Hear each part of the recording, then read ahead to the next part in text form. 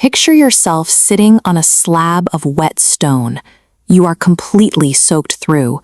The air is freezing. The darkness is so thick you cannot see your own hands, and the only sound is your own breathing, echoing in absolute silence. This is the reality of the fourth chamber.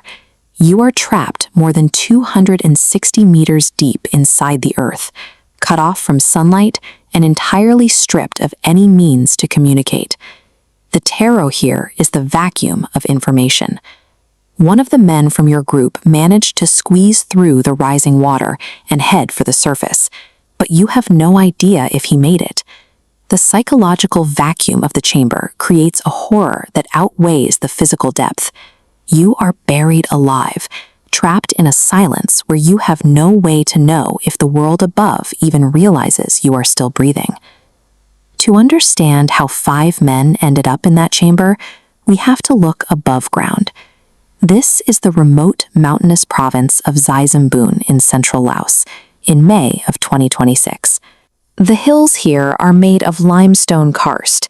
The rock is soft, heavily weathered, and naturally riddled with unmapped, treacherous holes.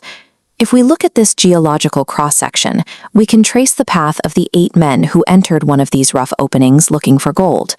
The descent was hazardous from the start, forcing them down 45-degree slopes and sudden sheer drops of up to 5 meters. While they were deep inside, a heavy storm broke over the hills. In limestone country, rain doesn't usually rush through the main cave entrance. It works its way down through hidden cracks in the rock, naturally pooling at the lowest elevations first. The lowest elevation in this specific system happened to be the exact route the men had crawled through. The pooling water quickly filled the narrowest cross spaces, completely blocking their exit route while leaving their deeper chamber bone dry. A geological trap like this keeps the exit exactly where it always was. It simply replaces the breathable air in the tunnel with a wall of dark water, making the distance to the surface entirely irrelevant. As the floodwaters rose, 5 men retreated back into the fourth chamber to find high ground.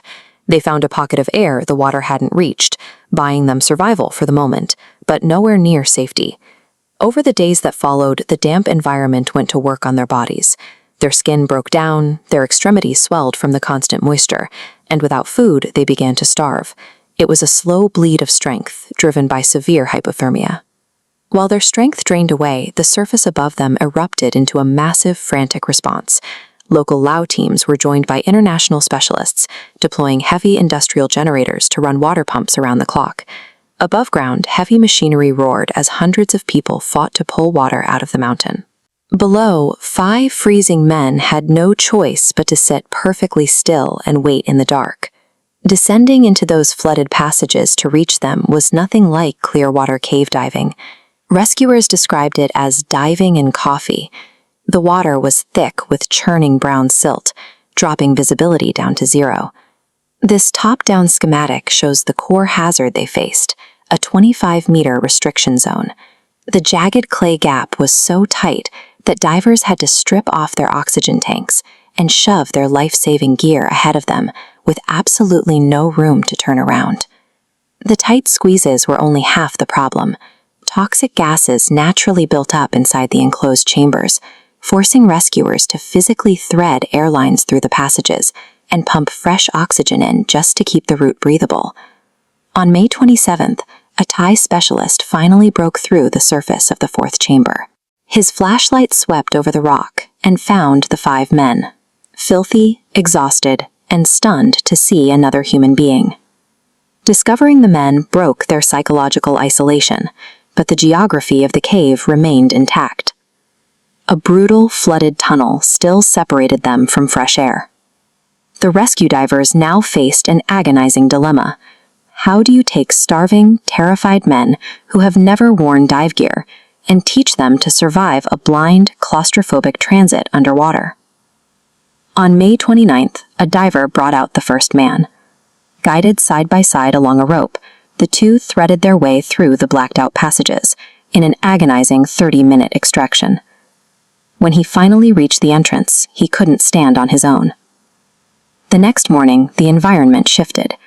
The relentless work of the heavy surface pumps overnight had finally dropped the water level inside the cave just enough to open a narrow breathing space above the flood.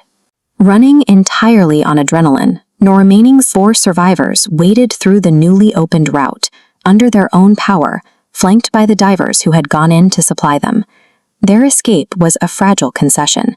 It relied on mechanical pumps dragging enough water out of the system, and a brief pause in the rain holding the mountain steady long enough for them to walk out. Even as families wrapped the survivors in foil blankets, storm clouds began rolling back over the peaks, threatening to violently close the weather window. 2 men are still missing, believed to be in deeper, completely submerged sections of the cave. To bypass flooded tunnels, rescuers rappelled down an 80-meter vertical shaft directly above. But the shaft was choked with rockfall, completely blocking access. When human ambition intersects with a flooded cave, heroism and specialized gear can only do so much. Survival ultimately depends on the indifferent physics of rising water, a boundary where no amount of effort can change the shape of the rock.